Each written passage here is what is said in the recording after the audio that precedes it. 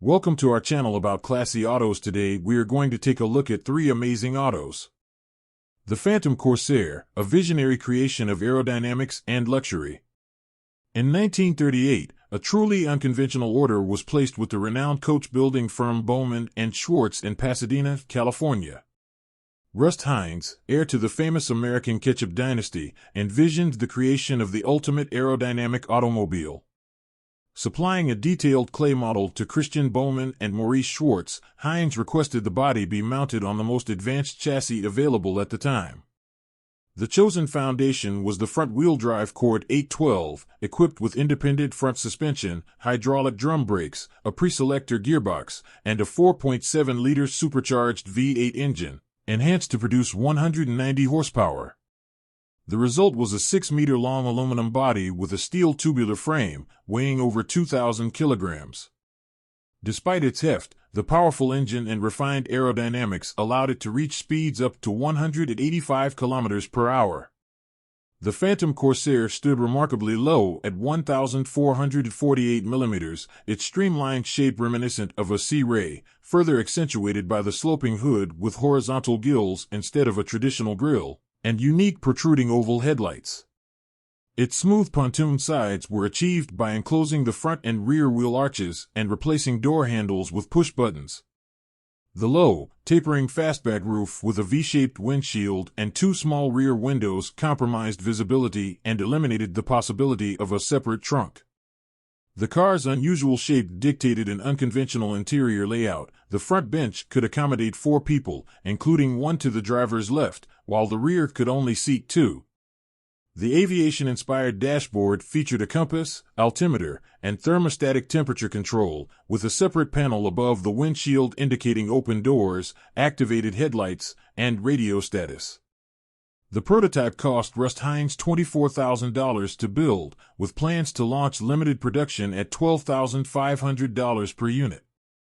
To promote the vehicle, it was featured in Esquire magazine in 1938, appeared in the film Young at Hearts under the nickname The Flying Wombat, and was showcased at the 1939 New York World's Fair. Unfortunately, Heinz's ambitious plans were cut short by his untimely death in a car accident at the age of 25. The exclusive vehicle remained in his family until 1942, when it was repainted gold and sold. In 1950, the Phantom Corsair underwent modifications by the renowned designer Albrecht Goertz to improve engine cooling and visibility. When the car eventually became part of Bill Harris' collection, it was restored to its original appearance. Today, the Phantom Corsair is preserved in the National Automobile Museum in Reno, Nevada, standing as a testament to the visionary design and engineering of its era. The Phantom Corsair's legacy is more than just the story of an avant-garde automobile. It's a fascinating glimpse into the ambition and creativity of Rust Heinz, a man ahead of his time. Despite its brief moment in the spotlight, the Corsair has left an indelible mark on automotive history, celebrated for its innovative design and the bold vision it represented. The Dymaxion Car, Buckminster Fuller's visionary leap into the future of transportation. In the early 1930s, a man named Richard Buckminster Fuller, often affectionately called Bucky, embarked on a journey that would forever etch his name in the annals of design and innovation. Fuller, a polymath who dabbled in poetry, engineering, architecture, and more, envisioned a future where humans could live wherever they desired, from the icy expanses of Antarctica to the scorching sands of the Sahara, simply by moving their homes from one place to another. This vision materialized in various projects under the brand name Dymaxion, a portmanteau of dynamic, maximum, and ion, reflecting Fuller's ambition to achieve the utmost efficiency and dynamism in every endeavor. Among his numerous creations, the Dymaxion house stood out as a dome-shaped structure supported by a single central pillar, designed for easy disassembly and transportation by airship. Despite building 2 prototypes, Fuller found no commercial success for these homes and had to abandon the idea of mass production. However, it was the Dymaxion Car, unlike the Dymaxion house, that demonstrated practical utility and captured the public's imagination. Conceived in 1933, the Dymaxion Car was a radical departure from conventional automotive design. Its teardrop-shaped, aluminum body mounted on 3 wheels, two at the front and one at the back, resembled a bomber cabin rather than a traditional car. The rearview mirror was replaced by a periscope, and the vehicle could comfortably accommodate up to 11 people. Measuring 5.8 meters in length, the Dymaxion car was highly maneuverable, boasting a turning radius nearly as short as its body. It became an instant sensation at the Century of Progress World's Fair in Chicago, but its fame was short-lived. Disaster struck when the Dymaxion car was involved in a fatal accident upon leaving the fair's premises. The driver was killed, and 2 passengers sustained severe injuries. The incident turned the spotlight of scrutiny onto the Dymaxion, transforming its public perception overnight from that of a futuristic marvel to a dangerous experiment. Negotiations with Chrysler, which had shown interest in Fuller's invention, were abruptly halted, reportedly under pressure from banks concerned about the Dymaxion's potential to disrupt the automobile market and jeopardize their loans to car dealerships. In the end, only 3 Dymaxion cars were built. The project, which had the potential to revolutionize transportation, was abandoned, leaving behind a legacy of what could have been. The story of the Dymaxion car is not just a tale of innovation and tragedy but also a testament to Fuller's unyielding pursuit of his futuristic vision. Despite its commercial failure, the Dymaxion car remains a significant chapter in the history of automotive design, symbolizing the boundless imagination and ambition of its creator. It serves as a reminder of the challenges that pioneers face when their ideas are ahead of their time. Today, the surviving Dymaxion car, housed in the National Automobile Museum, stands as a tribute to Buckminster Fuller's genius and his unwavering belief in the possibility of a better future through design. The Lamborghini Miura, the birth of the supercar era. The narrative of modern supercars invariably begins with the Lamborghini Miura.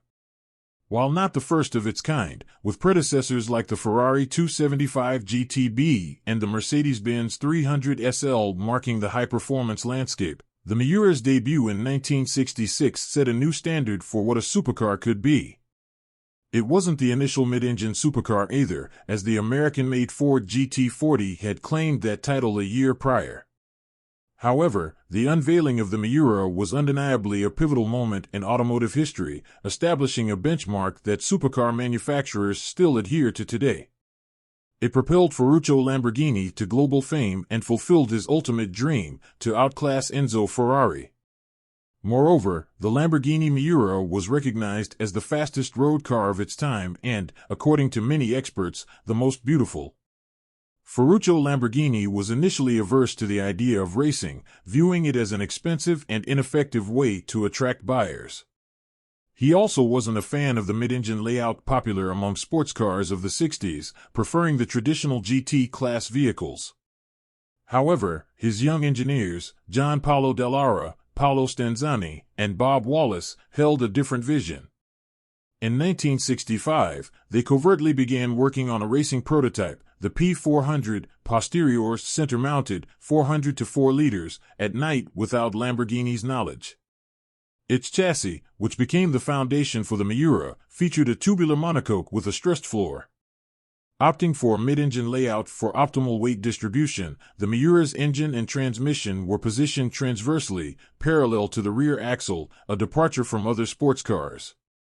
This configuration saved interior space and integrated the power unit, 5-speed transmission, and differential into a single block. The P400 was powered by a 3.9-liter aluminum V12 DOHC engine with 2 valves per cylinder and 4 triple-chamber Weber carburetors, designed by Giotto Bizzarini for Lamborghini's early models. It also had independent suspension all around with double wishbones, springs, telescopic shock absorbers, and anti-roll bars, with Girling disc brakes on all 4 wheels. When Dallara, Stanzani, and Wallace completed the P400 chassis, they presented it at the 1965 Turin Auto Show. Despite lacking a body, Lamborghini noted the heightened interest in the machine and decided to proceed with production, at least as a publicity boost. Ferruccio turned to the Breton studio, assigning them to build a body for the 1966 Geneva Motor Show.